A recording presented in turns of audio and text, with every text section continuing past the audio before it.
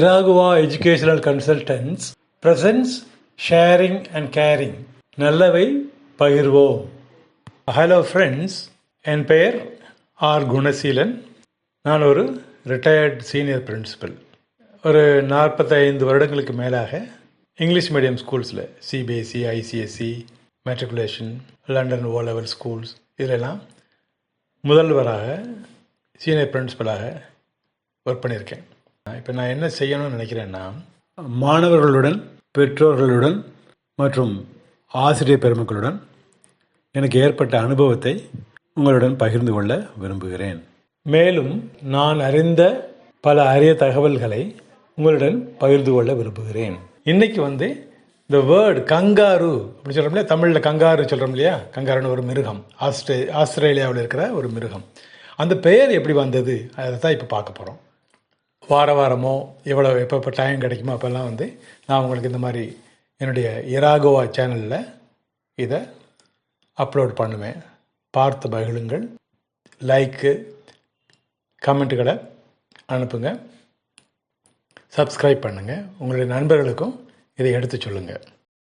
ஒரு சமயம் ஒரு பிரிட்டிஷ் ஹண்டர், அதாவது பிரிட்டிஷ் வேட்டைக்காரர் ஆஸ்திரேலியாவுக்கு போயிருந்தார். அப்போ அங்கே உள்ள பழங்குடி ஆஸ்திரேலியன் அபாரிஜினல்ஸ்ன்னு சொல்கிறவங்கள பார்த்து கேட்டார், அதோ அந்த மிருகம் இருக்குதே அதுக்கு என்ன பேருன்னு கேட்டார். கங்காருவை காட்டி அவர் என்ன சொன்னார்? கேங்கருன்னு சொன்னார். உடனே இந்த பிரிட்டிஷ் சோல்ஜர் என்ன பண்ணிட்டாரு, அவர் டைரியில் இந்த மிருகத்தின் பெயர் கேங்கருன்னு எழுதிட்டார்.